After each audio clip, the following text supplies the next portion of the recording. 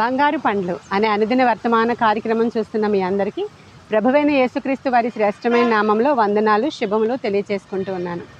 మీకు ఈ అట్మాస్ఫియర్ చూసేసరికి నేను ఎక్కడున్నానో అర్థమైపోయి ఉంటుంది.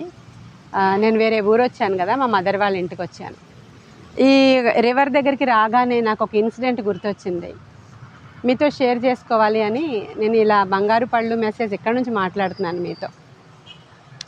ఇది చూసారా, ఇక్కడ ఈ రివర్ లోపలికి డైరెక్ట్గా వెళ్ళిపోకుండా ఒక చిన్న కంచె ఉంది. దీనికి ఒక చిన్న కంచెలాగా వేశారు. మా చిన్నప్పుడు ఇదేం ఉండేది కాదు. ఈ వాటర్ ఇంతవరకు ఫ్లోట్ అవుతూ ఉండేది. ఆ ఫ్లడ్ టైంలో అంతవరకు వచ్చేస్తూ ఉండేది అనమాట వాటర్ అంతా. అలా ఉండేది ఈ రివర్. తర్వాత ఈ చుట్టూ కూడా ఇలా ఫెన్సింగ్ లాగా వేశారు, కంచె వేశారు. మా ఊర్లో ఏదైనా చాలాసార్లు చాలా సందర్భాల్లో నేను విన్న అనేక విషయాలలో ఈ యొక్క రివర్ గురించి వింటున్నప్పుడు ఇక్కడికి వచ్చినప్పుడు కొంచెం భయం అనిపిస్తుంది. ఎందుకు అంటే మా ఊర్లో ఎవరికైనా ఫ్యామిలీలో గొడవలు అయినప్పుడు, పిల్లలు ఎవరైనా సరే కోపం వచ్చినప్పుడు త్వరగా వచ్చి వాళ్ళు సూసైడ్ చేసుకోవడానికి దీంట్లో దూకేసేవారు. చాలామంది చనిపోయారు. దూకిన తర్వాత సర్వైవ్ అయ్యేవాళ్ళు చాలా తక్కువ మంది. ఆ లిస్ట్లో నేను డిగ్రీ చదువుతూ ఉన్నప్పుడు నా ఫ్రెండ్, తన పేరు పద్మావతి, ఫస్ట్ ఇయర్ చదువుతున్నప్పుడు ఆమె కూడా దీంట్లో పడిపోయింది. తనకి మరి ఎందుకు పడిపోయిందో, వాళ్ళ ఇంట్లో గొడవలేంటో, ఆ అమ్మాయి గురించి పర్సనల్ గురించి నాకు తెలియదు. కానీ ఆ అమ్మాయి దీంట్లో పడిపోయి చనిపోయింది. 2 days తర్వాత దొరికింది ఆవిడ శవం. కారణం ఏంటంటే ఇలాంటి కంచె ఏమీ లేదు, ఇంతమంది మనుషులు ఈ రివర్ పక్కన ఉండేవాళ్ళు కాదు, అప్పుడు సెక్యూరిటీ లేదు. అలా ఎవరైనా వచ్చి అలా త్వరగా దూకేసి చనిపోతూ ఉండేవాళ్ళు. ఈరోజు ఇది చూసినప్పుడు ఇక్కడ ఇది కూడా చూసాను. ఇక్కడ చూడండి, గ్యాప్ వచ్చింది, ఇలా కంచె కూడా చిన్నది పోయింది. ఇది చూసినప్పుడు ఒక మెసేజ్ మీతో మాట్లాడితే బాగుండు అనుకున్నాను. నాకు కూడా సాగర్ కెమెరామెన్ ఉండడు కదా, మా మదర్ వాళ్ళ ఇంటికి వచ్చాను. నా ఫోన్లోనే రికార్డ్ చేద్దామని మీతో మాట్లాడుతూ ఉన్నాను. యోబు గ్రంథం మీ అందరికీ తెలిసిన విషయమే. 1వ అధ్యాయంలో యోబు గ్రంథము 1వ అధ్యాయం 5వ వచనంలో 10వ వచనంలో యోబు గారి చుట్టూ దేవుడు కంచె వేసి ఉన్న సంగతి మన అందరికీ తెలుసు. సాతానుడు వచ్చి అడుగుతాడు, నీవు అతని చుట్టూ కంచె వేసావు, అతని కుటుంబం చుట్టూ కంచె వేసావు, అతనికి కలిగిన సమస్తము చుట్టూ కంచె వేసావు, బిడ్డల చుట్టూ కంచె వేసావు, అంత మాత్రమే కాదు అతని చేతి పని చుట్టూ కూడా కంచె వేసావు అంటాడు అతను. నిజమే కదా? అయితే మరి మన చుట్టూ కూడా కంచె ఉందా? యెహోవా యందు భయభక్తులు గల వారి చుట్టూ ఆయన దూతలు కావలి ఉందురు అనే మాట కీర్తనల గ్రంథంలో ఉంది. ఆయన యందు ఎవరైతే భయభక్తులు కలిగిన వారు ఉంటారో వారి చుట్టూ మాత్రం కంచె ఉంటుంది.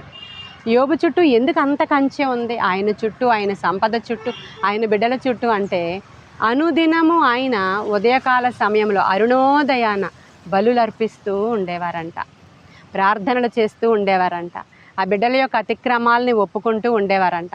వాళ్ళు ఎక్కడైనా పాపం చేసేస్తారేమో అని భయమేసి వారి తరఫున బలులర్పించి ప్రతి దినము కూడా పరిశీలన చేసుకుంటూ ఉండేవారు. గనుక ఆయన చుట్టూ దేవుడు కంచె వేశారు.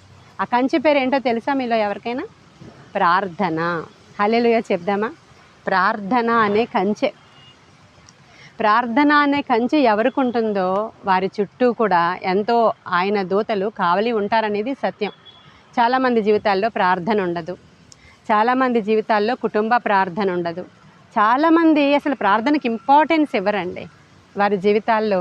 ఇది పెద్ద కంచె ఏమీ కాదు, జస్ట్ ఎగ్జాంపుల్ కోసం చూపిస్తున్నాను. చూడండి, ఇలా ఉన్నప్పుడు చిన్నపిల్లలు ఇలా దూరి పడిపోయే ప్రమాదం ఉంది కదా. మన బిడ్డల్ని కూడా సాతానుడు అలాగే కదా దోచుకుని వెళ్ళిపోతున్నాడు అనేక సందర్భాల్లో. డ్రగ్ అడిక్ట్స్గా, వ్యసనపరులుగా, తిరుగుబోతులుగా, త్రాగుబోతులుగా, తిండిబోతులుగా, జూదరులుగా ఎవరు ఎత్తుకుపోతున్నారు బిడ్డల్ని అంటే మన ఇంట్లో ఒక కంచె దేవుడి ఒకవేళ కొట్టివేస్తే వాడు జ్వరబడిపోతారు. దేవుడు ఎందుకండి కొట్టివేస్తాడని అనుకుంటారేమో మీరు. యెషయా గ్రంథం 5వ అధ్యాయంలో దేవుడు మాట్లాడుతూ అంటారు, ఈ ద్రాక్ష తోటకి నేను ఎంతో చేశాను, కానీ అది నా మాట విననొల్లకున్నది కాబట్టి దాని చుట్టూ ఉన్న గోడను నేను తీసేస్తాను, కంచెను నేను కొట్టివేస్తాను అనే మాట ఉంది అక్కడ. కాబట్టి ఈరోజు మీ ఇంట్లో, మీ కుటుంబం చుట్టూ కంచె ఉందా? కంచె ఉందా? ఉండాలంటే ప్రార్థన ఉండాలండి. దానియేలు గ్రంథము 6వ అధ్యాయంలో దానియేలు దినమునకు 3 ప్రార్థన చేసుకుంటూ ఉండేవాడు కదా. ఒక దినాన సింహాల గుహలో వేయబడ్డాడు. సింహాలు దగ్గరికి వద్దాం అనుకున్నాయి, కానీ ఆయన చుట్టూ కంచె ఉంది. హల్లెలూయా! ఆయన చుట్టూ కంచె ఉన్న కారణంగా సింహాలేవి కూడా ఆయన్ని ముట్టుకోలేకపోయాయి. ఆ కంచె దగ్గరికి రాలేకపోయాయి. కాబట్టి కంచె తీసేసేవాన్ని పాము కరుస్తుంది అని ప్రసంగి గ్రంథకర్త చెప్తున్నాడు. కంచె మనమే కొట్టేసుకుంటాం. ఎలాగా అంటే యెషయా గ్రంథంలో నేను చెప్పినట్లుగా వారి పాపములు, వారి అవిధేయత, వారి అతిక్రమాలు, వారి నిర్లక్ష్యము, వారి భక్తిహీనత దేవుడే తన కంచెను తీసివేసేటట్లుగా చేస్తుంది. కాబట్టి మనం ఈరోజు జ్ఞాపకం చేసుకుందాం, ప్రభువా మా చుట్టూ, మా కుటుంబం చుట్టూ, యోబు చుట్టూ వేసిన కంచె మాకు అనుగ్రహించండి. యోబు చుట్టూ, తన బిడ్డల చుట్టూ, తనకు కలిగిన సమస్తము చుట్టూ, తనకు చేతి పని చుట్టూ కూడా నీవు కంచె వేసావు. అలా మా చుట్టూ కూడా కంచె ఉండాలి అని అడుగుదామండి. ఈ యొక్క రివర్ని చూడగానే నాకు అమ్మాయి గుర్తొచ్చింది, ఇది చెప్పాలి అని ఆశపడ్డాను నేను. మరి దేవుడు ఈ కొన్ని మాటల్ని మన వినికిడిలో దీవించునుగాక. మీ కొరకు నేను ప్రార్థన చేస్తాను.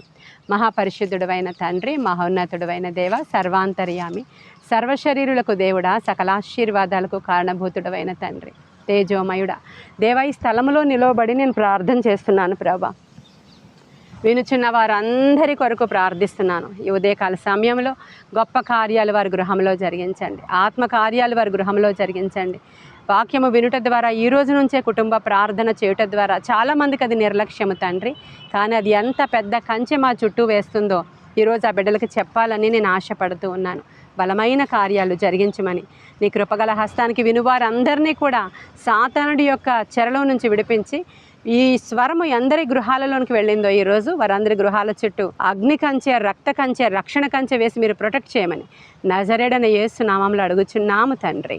ఆమేన్. God bless you.